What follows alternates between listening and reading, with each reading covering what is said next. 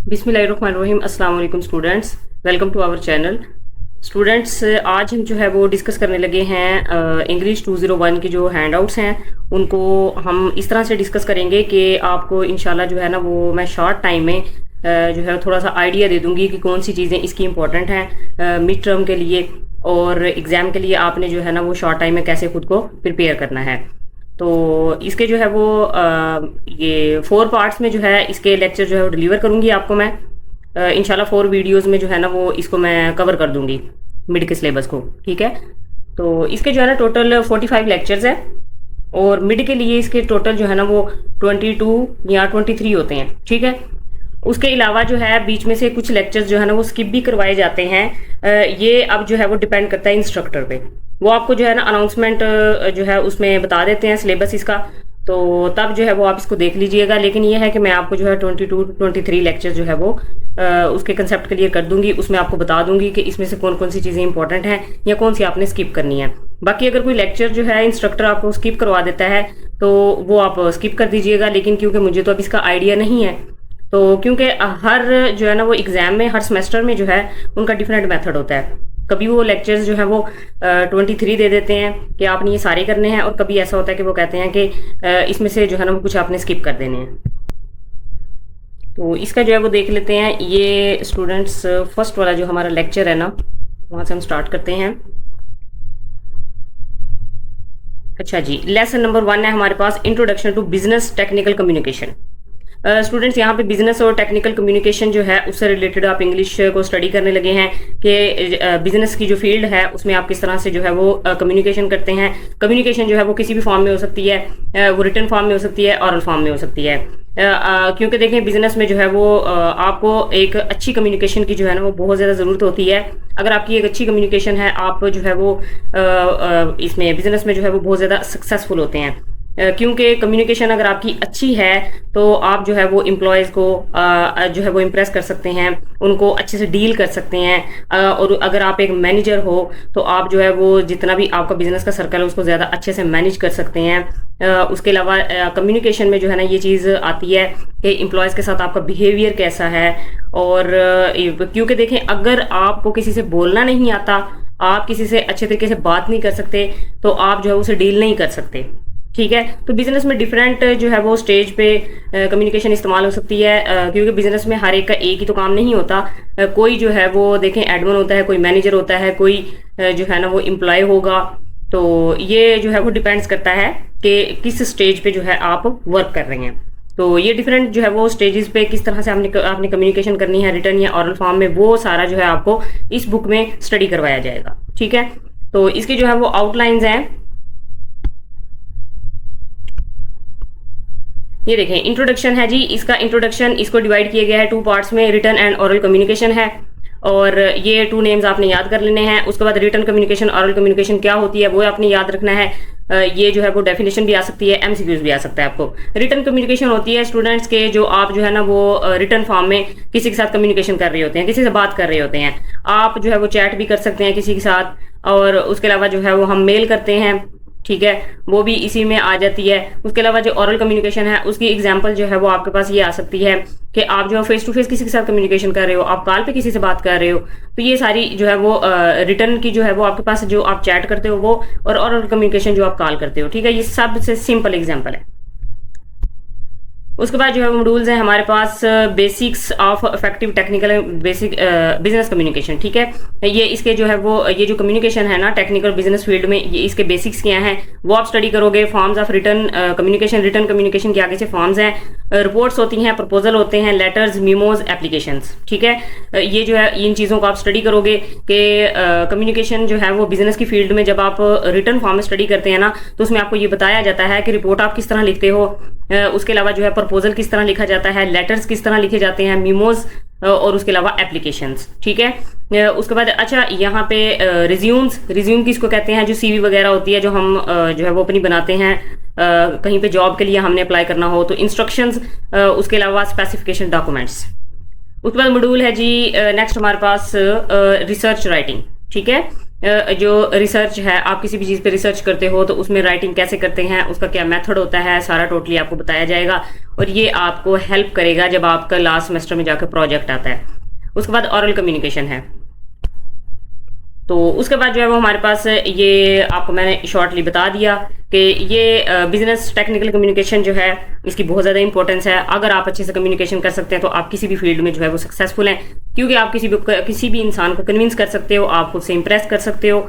और जो है देखें, अगर आप जॉब के लिए जाते हैं, आप अच्छे से उन्हें डील करते हैं, आप उनसे अच्छे से कम्युनिकेशन करते हैं, तो वो भी इम्प्रेस हो जाएंगे, वो भी आपको जो है वो अपने इंस्टीट्यूट में ज़रूर रखेंगे।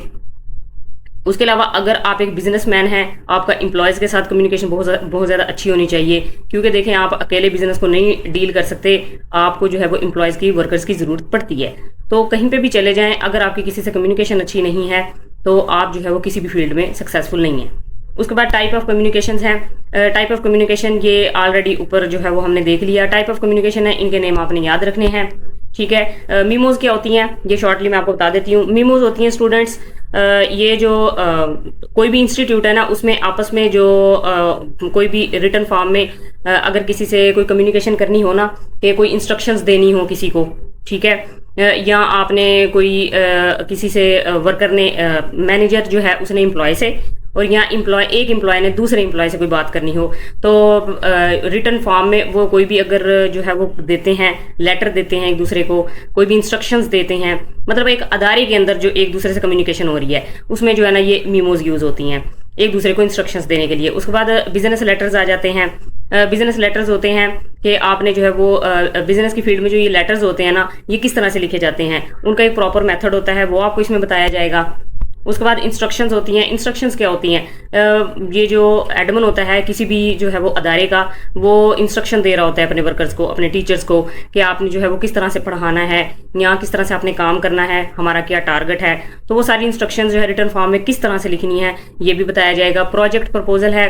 प्रोजेक्ट प्रपोजल होता है कि कोई भी आपको एक प्रोजेक्ट दिया गया है कि ये आपने जो है ना वो करना है। सपोज इसकी एक छोटी सी एग्जाम्पल है कि लास्ट सेमेस्टर में जाके ना स्टूडेंट्स को प्रोजेक्ट दिया जाता है, एक टॉपिक दिया जाता है, उस पर आपने रिसर्च करनी होती है, और वो आपको एक ना पैटर्न बताते हैं, एक स्ट्रक्चर बताते हैं कि इसके अकॉर्डिंग आपने इसको सारे को जो है ना डिटेल में जो है वो सॉल्व करके हमें देना है। उसमें ये बताते हैं कि पहले आपने ऑब्जेक्टिव लिखने हैं, सॉरी टेबल बनाना है, उसके बाद ऑब्जेक्टिव लिखने हैं, आउटलाइंस, और देन जो है वो आप इसको टॉपिक को डिफाइन करोगे, इसकी इंपॉर्टेंस बताओगे, मतलब वो स्टेप बाय स्टेप आपको सारा स्ट्रक्चर दे देते हैं। तो ये प्रोजेक्ट प्रपोजल में ये चीज़ बताई जाएगी कि प्रोजेक्ट किस तरह से लिखा जाता है। उसके बाद जो है वो प्रोग्रेस रिपोर्ट होती है। आपने जो है वो सपोज करें कि आप एक इंस्टीट्यूट के अंदर हैं, एक एम्प्लॉय है, उसने अपने जो है मैनेजर को बताना है कि प्रोग्रेस रिपोर्ट क्या है, ठीक है, लास्ट वीक की, लास्ट मंथ की। तो वो देखिए कोई ना कोई पैटर्न तो होगा ना जिसमें आप उसको लिखेंगे किसी को बताने के लिए, तो वो आप किस तरह से लिखते हो उसका मेथड इसमें बताया जाएगा। उसके बाद जो है वो हमारे पास लेसन नंबर 2 आ जाता है, ओरल कम्युनिकेशन है। अभी हमने रिटर्न कम्युनिकेशन और उसकी टाइप्स देखी हैं। ओरल कम्युनिकेशन स्टूडेंट्स क्या होती है? ओरल कम्युनिकेशन जो है ना उसकी सबसे बड़ी एग्जांपल जो है ना प्रेजेंटेशन है, जो हम प्रेजेंटेशन दे रहे होते हैं। अगर मैं प्रोजेक्ट कर रही हूँ तो रिटर्न कम्युनिकेशन हो जाएगी, और अगर मैं प्रेजेंटेशन दे रही हूँ तो वो मेरे पास ओरल कम्युनिकेशन हो जाएगी। और जब आप लास्ट सेमेस्टर में जाके जब करते हैं ना ये प्रोजेक्ट, तो उस प्रोजेक्ट की प्रेजेंटेशन भी होती है। इट्स मीन के पहले एग्जामिनर जो इंस्ट्रक्टर होता है आपसे रिटर्न फॉर्म में ले लेता है प्रोजेक्ट की उसमें, और उसके बाद जो है ना वो आपसे प्रेजेंटेशन ली जाती है कि आप फिर जो है ना वो बोल के आप जो है वो लेक्चर प्रिपेयर करते हैं प्रेजेंटेशन, और फिर आप ओरल कम्युनिकेशन के थ्रू जो है अपना प्रोजेक्ट इंस्ट्रक्टर को समझाते हैं। टाइप ऑफ ओरल कम्युनिकेशन है, ये मोड्स ऑफ डिलीवरी है कि आप जो है वो ओरल कम्युनिकेशन जो है उसको कैसे कैसे डिलीवर किया जाता है। एक्सटेम्पोर है, इम्प्रॉम्प्टू है, मेमोराइजेशन है, रीडिंग है, ठीक है। ये सिंपल जो है वो आपके पास है। अच्छा, यहाँ पे जो है वो मैं इधर ही इनको डिफाइन कर देती हूँ, क्योंकि मैंने जस्ट आपको ये बताना है कि कौन सी चीज़ें इंपॉर्टेंट हैं, और उनके जो है वो लाइट्स जस्ट मैं जो है उसको कंसेप्ट क्लियर करूँगी बस।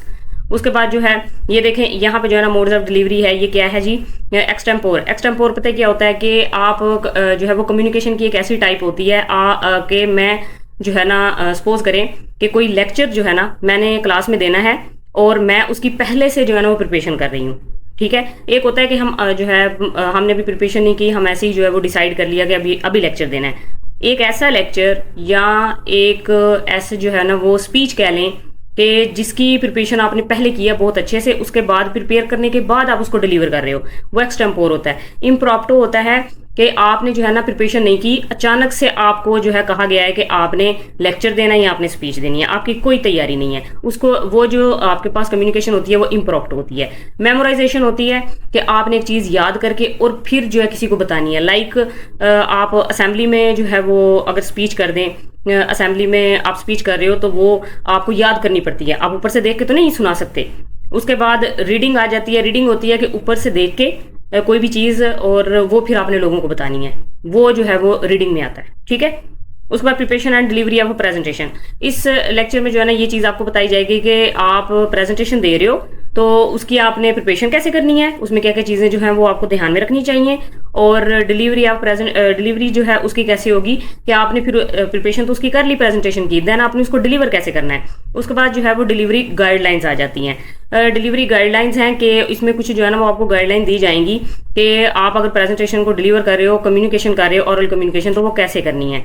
उसके बाद जो है वो यूजिंग विजुअल एड्स है, ये आपको थोड़ा सा इसमें बताया जाएगा। ये देखें, ऑरल प्रेजेंटेशन, रिटन प्रेजेंटेशन है, इन दोनों का डिफरेंस है। इसको जो है वो आप एक दफ़ा रीड आउट कीजिएगा, इसको माइंड में रखना है, ये पेपर में आपको आ सकता है शॉर्ट क्वेश्चन, ठीक है। उसके बाद effective oral communication is a combination of many skills, कि जो आपके पास इफेक्टिव बहुत अच्छी ऑरल कम्युनिकेशन होती है उसकी कुछ जो है ना यहाँ पे जो है वो उस जो कम्युनिकेशन है उसके अंदर कुछ स्किल्स आती हैं कि ये स्किल्स आपके अंदर होनी चाहिए, देन आप एक इफेक्टिव ऑरल कम्युनिकेटर बन सकते हैं। आउटलाइनिंग एंड प्लानिंग, कि आपने जो है वो आप सबसे पहले ऑब्जेक्टिव, ठीक है, कि आप क्या चीज़ बताने लगे हैं, तो उसके बाद उसकी प्लानिंग, आपकी प्लानिंग बहुत अच्छी होनी चाहिए कि आपने कब क्या कैसे कहना है। उसके बाद preparing overheads other display media, ठीक है। उसके बाद रिहर्सिंग, आपने जो है वो क्या करना है, प्रैक्टिस करनी है, उसकी अच्छे से प्रैक्टिस करनी है, बार बार प्रैक्टिस करनी है, कोई मिस्टेक हो दोबारा से फिर उसको ठीक करें।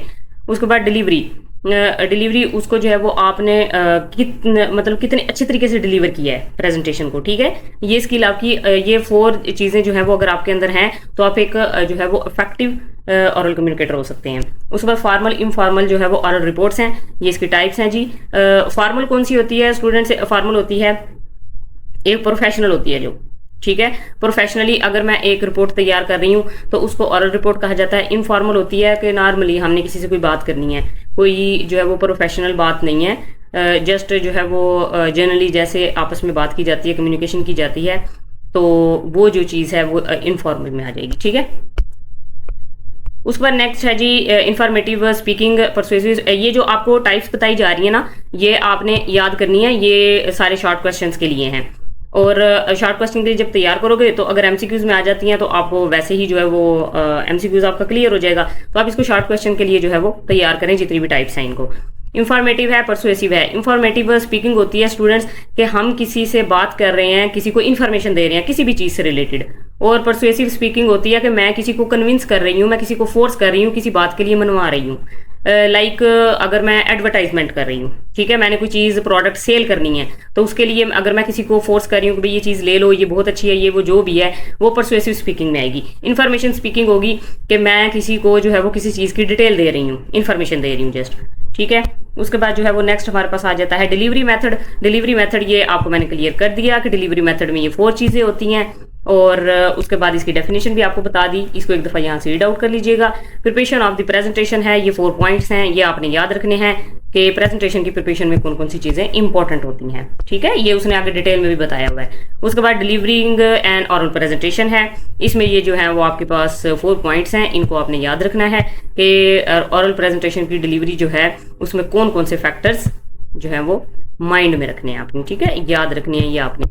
उसके बाद जो है वो नेक्स्ट आ जाता है जी मेकिंग द प्रेजेंटेशन, इसको जस्ट एक दफ़ा रीड आउट कर लीजिएगा। इसमें से शॉर्ट क्वेश्चन या लॉन्ग क्वेश्चन कुछ भी नहीं आएगा, एमसीक्यूज भी बहुत मुश्किल है इसमें से कोई आए तो, कि मेकिंग द ये पैराग्राफ जस्ट आपने एक दफ़ा रीड आउट कर लेना है, इसको अंडरस्टैंड कर लेना है कि प्रेजेंटेशन जो है वो बनाते हैं तो उसमें जो है वो कौन कौन सी चीज़ें जो है ना वो रखनी चाहिए माइंड में। ऊपर जो चीज़ें मैंने बताई हैं वही ज़्यादा इंपॉर्टेंट थी, प्रेजेंटेशन डिलीवर कैसे की जाती है और टाइप्स कितनी होती हैं, उसके बाद स्पीकिंग की 2 टाइप्स थी वो कैसे करनी है, और रिपोर्ट की 2 टाइप्स थी वो कैसे हैं, वो सारी बस जो थी वो मैंने आपको बता दी।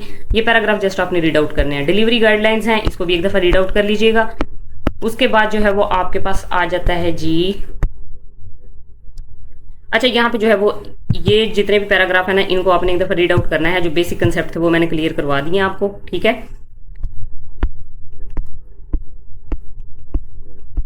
उसके बाद लेसन नंबर 3 है हमारे पास कि यहाँ पे जो है वो क्या है, in this lesson you will learn the following steps for writing a resume letter of application. Students, resume letter जो है वो लिखने के कौन कौन से स्टेप होते हैं वो आप इस लेक्चर में देखेंगे, और ये जो है वो आपने ये जो है ना ये बेसिक ये क्लियर करने हैं। आपको क्या है जी, जब भी आपने कोई रिज्यूम या लेटर लिखना है तो आपने ऑब्जेक्टिव को डिफाइन करना है। आप जो टॉपिक है जिसके जो आप स्टडी करने लगे हैं या आप जिस पे रिसर्च करने लगे हो, तो आपने क्या करना है कि वो डिफाइन करना है, ठीक है। उसके बाद प्लानिंग, आप उस टॉपिक से रिलेटेड जो जो चीज़ें आपने जैसे करनी है, प्रिपरेशन करनी है, उसको डिलीवर करना है, वो सारा जो है उसकी आपने अच्छे से पहले प्लानिंग कर लेनी है कि मैंने जो है वो कब क्या कैसे करना है। उसके बाद ड्राफ्टिंग, आपने फिर उसको सेव कर देना है, ठीक है। उसके बाद एवेल्यूएटिंग, उसकी फिर एवेल्यूएशन करनी है आपने, रिवाइज। आप जब उसको टोटली तैयार कर लोगे, उसको एवेल्यूएट कर दोगे, देन आपने उसको एक दफ़ा रिवाइज कर लेना है, उसको एक दफ़ा आपने पढ़ लेना है कि कोई इसमें मिस्टेक तो नहीं है, ठीक है। उसके बाद जो है वो देखें यहाँ पे उसने डिटेल में ये चीज़ें बताई हुई हैं जो कि मैंने आपको वैसे शॉर्टली बता दी हैं, क्योंकि अगर इस तरह से मैं बताऊँ तो ये बहुत ज़्यादा लेंथी हो जाएगा। आपने जो है वो इनको सबको जो है वो एक एक दफ़ा रीड आउट करना है, या मैंने आपको बता दिया डिफाइनिंग और ऑब्जेक्टिव जो है वो क्या है कि जो आपका टॉपिक होता है जिसके बारे में आप लिखोगे ना उसको आपने डिफाइन करना है। देखें, कोई भी आप टॉपिक है, कुछ भी आप कर रहे हो, उसको डिफाइन तो करते हैं ना, सबसे पहले उसको हम जो है वो बताते तो हैं उसकी डेफिनेशन जो है टॉपिक की। तो उसके बाद जो है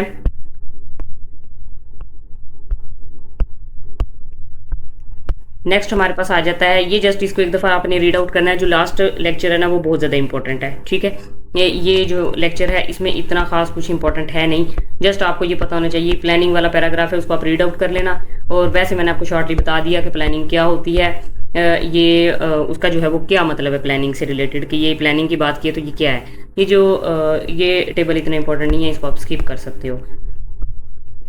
ये देखें यहाँ पे है जी ऑर्गेनाइजिंग योर मटेरियल। जो आप टॉपिक से रिलेटेड डाटा इकट्ठा करेंगे ना, आपने उसको ऑर्गेनाइज करना होता है, ठीक है।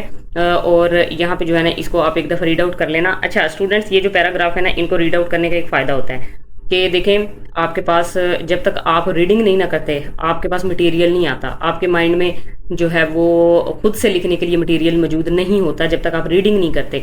आप देखें, आप इसको पैराग्राफ को रीड आउट कर लोगे ना, कुछ ना कुछ आपके माइंड में ज़रूर रहेगा। और इसको रीड आउट करने का ये फ़ायदा होगा, अगर आप ये याद भी नहीं ना रहेगा आपको, तो अगर MCQs आता है ना तो आपको याद आ जाएगा कि वो पैराग्राफ रीड आउट किया था, तो वहाँ से ये थोड़ा सा रिलेट कर रहा है। तो ये पैराग्राफ रीड आउट करने का मकसद ये है कि आपको जो है ना वो मटेरियल को कैसे ऑर्गेनाइज किया जाता है, जस्ट आपको एक थोड़ा सा आइडिया लेना है। अगर आपको इंग्लिश की समझ नहीं आती है, आप गूगल पे जाएं, चैट GPT पे जाएं, वहाँ पे जाके आप जो पैराग्राफ है ना उसको वहाँ पे लिखें, वो आपको उर्दू में ट्रांसलेट कर देंगे और आप उसको एक दफ़ा पैराग्राफ को रीड आउट कर लो। उसके बाद जो है वो फंक्शनल रिज्यूम है, इसकी डेफिनेशन है यहाँ पे। ये जो है वो आपने देखनी है। Some individual choose to organise substantial part of their resume around their accomplishments and abilities, ठीक है। इस जो ये जो रिज्यूम है आपके पास फंक्शनल रिज्यूम है, फंक्शनल रिज्यूम की डेफिनेशन याद करनी है। उसके बाद जो है वो यहाँ पे कन्वेंशन नॉन कन्वेंशनल रिज्यूम है, इसकी डेफिनेशन आप याद कर लीजिएगा, ठीक है। ये इंपॉर्टेंट है, यहाँ पे उसको मैंने हाईलाइट कर दिया है। उसके बाद जो है वो आपके पास नेक्स्ट आ गया जी फोर्थ लेक्चर है। फोर्थ लेक्चर है जी ऑडियंस एनालिसिस। देखें, आपने अभी तक ये देखा कि आप राइटिंग कैसे करते हो, प्रेजेंटेशन कैसे जो है वो आप प्रिपेयर करते हो, कैसे वो देनी होती है। लेकिन अब हमारा क्या है, अब हमारा टारगेट है कि हमने जो कम्युनिकेशन, रिटन कम्युनिकेशन है वो किसके लिए करनी है, जो प्रेजेंटेशन है वो किसको देनी है। अब हम उसको जो है वो स्टडी करने लगे हैं कि जिसके साथ आपने कम्युनिकेशन करनी है ना, चाहे वो रिटन है चाहे वो ऑरल है, उसको आपने देखना है कि उसके अकॉर्डिंग जो है ना कुछ चीज़ों को हमने देखना होता है। जब हम जो है वो कम्युनिकेशन जो है वो रिटन में जब लिख रहे होते हैं, या हम जो है वो ऑरल में किसी को फेस टू फेस कम्युनिकेशन करते हैं, तो सामने वाले की जो है ना वो कौन कौन सी चीज़ों को नोट करना होता है, क्या चीज़ें जो है ना वो हमने टारगेट रखनी होती हैं। देखें, यहाँ पे लिखा हुआ है टारगेट ऑडियंस। जब आप कम्युनिकेशन कोई भी हो ना, उसमें आपने देखना है, आपकी कम्युनिकेशन डिपेंड करती है सामने वाले इंसान पे। देखें, हमारी कम्युनिकेशन हर इंसान के साथ सेम नहीं होती, ठीक है। हमारी जो है वो ये डिपेंड करता है सामने वाले पे कि हम जिससे बात कर रहे हैं उससे हमारा रिलेशन क्या है, हम उससे जो है वो किस लेवल पे हमने बात करनी है। हम देखें अपने पेरेंट्स के साथ और अपने फ्रेंड्स के साथ, और उसके अलावा जो है वो अपने नेबर्स के साथ, या हम जहाँ पे वर्क करते हैं सबके साथ हमारी सेम कम्युनिकेशन नहीं होती, हमारी डिफरेंट होती है, हमारा उनके साथ जो है वो एटीट्यूड डिफरेंट होता है, क्योंकि हमारा डिपेंड ही सामने वाले पे करता है। इसलिए उसने कहा कि टारगेट ऑडियंस, आपकी जो प्रेजेंटेशन है, आपकी जो रिज्यूम, लेटर्स कुछ भी राइट कर रहे हो, वो जो है आप लिखते हो माइंड में ये रखते हुए कि ये किसके लिए लिख रहे हो, ठीक है, उसको क्या चीज़ पसंद आएगी, उसका माइंड सेट कैसा है। उसके बाद राइटिंग फॉर एक्सपर्ट, उसके बाद यहाँ पे देखें टाइप्स हैं उसकी, जनरल एक्सपर्ट्स है, स्पेसिफिक एक्सपर्ट्स है। जनरल एक्सपर्ट होता है कि जनरली कोई जो है ना वो कम्युनिकेशन की जा रही है, जनरली आप बात कर रहे हो। और स्पेसिफिक एक्सपर्ट होती है कि आप जो है वो स्पेसिफिकली किसी चीज़ के बारे में बात कर रहे हो। एक होता है कि मैं जनरली किसी चीज़ के बारे में बात कर देती हूँ, जनरली हम बात कर रहे हैं, कोई हम स्पेसिफिक पॉइंट आउट नहीं कर रहे किसी चीज़ को। स्पेसिफिक होता है कि आप मखसूस चीज़ के बारे में बात कर रहे हो, ठीक है। उसके बाद ऑडियंस यूज ऑफ डॉक्यूमेंट, यहाँ पे जो है वो ये चीज़ें जो है वो इनको आपने एक दफ़ा रीड आउट करना है। यहाँ पे ये चीज़ इंपॉर्टेंट है कि राइटिंग फॉर एक्सपर्ट्स है कि एक्सपर्ट्स की 2 टाइप्स हैं, ये आपने इनको डिफाइन करना है, इनकी जो इनका डिफरेंस आप देख लीजिएगा। उसके बाद नेक्स्ट जो है, इस लास्ट वाले लेक्चर में वो जो 2 टाइप्स थे ना वो ज़्यादा इंपॉर्टेंट थी, और उसके अलावा जो टारगेट ऑडियंस है वो आपने उसका रीड आउट कर लेना है कि कौन कौन सी चीज़ें जो है ना वो आपने देखनी होती हैं, माइंड में रखनी होती हैं जब आप जो है वो ये किसी के साथ जो है ना कम्युनिकेशन कर रहे होते हैं। उसके बाद हमारे पास आ जाता है जी next, defining objectives. Effective communication है, अब उसका जो है वो फर्स्ट स्टेप है जी डिफाइनिंग ऑब्जेक्टिव। ये ऑलरेडी हम पढ़ चुके हैं, अभी हम देख के आए थे कि इफेक्टिव कम्युनिकेशन में डिफाइनिंग ऑब्जेक्टिव था, प्लानिंग था, उसके बाद ड्राफ्टिंग थी, फिर एवेल्युएशन थी, और उसके बाद रिवाइजिंग थी। अब वो जो है डिटेल में इन चीज़ों को करवाने लगा है कि सबसे पहले क्या है डिफाइनिंग ऑब्जेक्टिव। तो ऑब्जेक्टिव जो डिफाइन करना है ऑब्जेक्टिव को, ये जो है वो इस लेक्चर में हम देखने लगे हैं, उसको थोड़ा सा वो डिटेल में बताएगा अब आपको। डिफाइनिंग ऑब्जेक्टिव है जो टॉपिक आपको दिया जाता है वो आपने स्टडी करना होता है, उसका आपने बताना होता है, उसको थोड़ा सा डिफाइन करके कि आप किस टॉपिक के बारे में बात कर रहे हैं, वो टॉपिक जो है वो क्या है। और उसके बाद डॉक्यूमेंट पर्पस, ये देखें यहाँ पे जो है ना ये स्टूडेंट्स, ये जो है ना ये बहुत इंपॉर्टेंट है, ये आपका शॉर्ट क्वेश्चन भी है और एमसीक्यूज भी। शॉर्ट क्वेश्चन तो ये बहुत ही इंपॉर्टेंट है, ये जो है ना पेपर में ज़रूर आता है आपको। एक्सप्लिसिट पर्पस है और इम्प्लिसिट पर्पस है। अच्छा, उसके बाद यहाँ पे जो है वो क्या आता है, ये देखें सबसे पहले है डिफाइनिंग योर कम्युनिकेशन ऑब्जेक्टिव, ठीक है, कि देखें जो आप जिस चीज़ के बारे में कम्युनिकेशन करेंगे ना उस ऑब्जेक्टिव को आपने डिफाइन करना है सबसे पहले। उसके बाद पर्पस फॉर राइटिंग डॉक्यूमेंट है, डॉक्यूमेंट पर्पस, कि ये आपने जो है वो उसका पर्पस बताना है, ठीक है, जो ऑब्जेक्टिव आप लिख रहे हो ना उसका मकसद क्या है वो आपने बताना है। उसके बाद ये जो है वो to provide information, to give instructions, to persuade the reader, ये जस्ट जो है वो इसको रीड आउट कर लीजिएगा, इतनी ये इंपॉर्टेंट चीज़ नहीं है। Point two keep in mind while writing a document, जब आप डॉक्यूमेंट लिखते हो ना, ये जो आपका ये उसने बताया है ऑब्जेक्टिव डिफाइन करने के बाद उसके बारे में, टॉपिक के बारे में सारी वो चीज़ें लिखते हो, तो वो जो चीज़ें पॉइंट आउट करनी होती हैं ना, माइंड में रखनी होती हैं, वो बता रहा है, वो आपने एक दफ़ा ये देख लेनी है, ठीक है। उसके बाद जो है वो explicit purpose of the document है और implicit purpose of the document आएगा, ठीक है स्टूडेंट्स। अच्छा स्टूडेंट्स, उसके बाद डॉक्यूमेंट दैट प्रोवाइड इन्फॉर्मेशन, ठीक है, डॉक्यूमेंट टाइप्स हैं, लिटरेचर रिव्यू है और स्पेसिफिकेशन है, सेक्शन इन डॉक्यूमेंट्स, ठीक है, डॉक्यूमेंट्स जो हैं उसके सेक्शन में क्या क्या चीज़ें आती हैं, बैकग्राउंड होता है, थ्योरी होती है, मटेरियल्स, रिजल्ट्स, टेबल्स होते हैं, आगे उसने एग्जांपल्स दी हुई हैं जी। उसके बाद जो है वो यहाँ पे ये सारी चीज़ें जो है इनको एक दफ़ा आप जो है वो रीड आउट कर लीजिएगा, ठीक है स्टूडेंट्स। अब जो है वो इसको मैं आपको एक दफ़ा डिफाइन कर देती हूँ, एक्सप्लिसिट और इम्प्लिसिट डॉक्यूमेंट्स क्या होते हैं, ठीक है, यही इस लेक्चर में सबसे ज़्यादा इंपॉर्टेंट चीज़ थी, सो इसको मैं डिफाइन कर देती हूँ, बाकी सारा रीड आउट कर लीजिएगा एमसीक्यूज़ के लिए। अच्छा स्टूडेंट्स देखें, एक्सप्लिसिट पर्पस होता है और इम्प्लिसिट। एक्सप्लिसिट जो पर्पस है ना वो आपके पास होता है कि आप जो है वो किसी भी जो आपके पास टारगेट है, जो आपके पास मकसद है, पर्पस है, उसको आप क्लियरली डिफाइन कर रहे हो, कि आपने जब कोई बात की है तो अगले को वाज़िया तौर पे वो क्लियरली समझ आ गई है चीज़। और जो इम्प्लिसिट पर्पस होता है वो इनडायरेक्टली बताया जाता है, एक इशारा दिया जाता है और सामने वाले को खुद समझना होता है वो, ठीक है। लाइक अगर देखें इम्प्लिसिट पर्पस में ये चीज़ आ जाती है कि अगर मैं किसी को किसी चीज़ की इन्फॉर्मेशन दे रही हूँ तो वो उसको मैंने क्लियर करनी है कि आपने ये काम करना है, मैं उसको इंस्ट्रक्शंस दे रही हूँ कि आपने ये काम इस तरह से करना है। और इम्प्लिसिट पर्पस होता है कि मैं किसी को अप्रिशिएट कर रही हूँ और मैं उसे कहूँ कि आप जो है वो एक बहुत अच्छे इंसान है। अब ये आप पे डिपेंड करता है, आपने समझना है कि ये किस सेंस में बात की है कि मैं एक अच्छा इंसान हूँ, ठीक है। तो इन दोनों में जो मेन डिफरेंस है वो ये है कि एक्सप्लिसिट पर्पस होता है डायरेक्टली किसी को कोई बात कहनी, इम्प्लिसिट पर्पस होता है इनडायरेक्टली किसी से कोई बात करनी। कि अब ये उस पर डिपेंड करता है वो कैसे समझेगा, और एक्सप्लिसिट पर्पस क्लियरली समझ आ जाता है सामने वाले को। ठीक है, ये जो है वो इसमें जस्ट इस लेक्चर में ये इंपॉर्टेंट चीज थी। ये जो है वो आपके लेक्चर 5 जो है वो कंप्लीट हो चुके हैं, और इसमें जो चीजें इंपॉर्टेंट है वो आपको मैंने बता दी हैं। और उसके अलावा बाकी सारा जो है वो आपने एक दफा रीड आउट कर लेना है एमसीक्यूज के लिए। Thanks for watching my video and Allah Hafiz.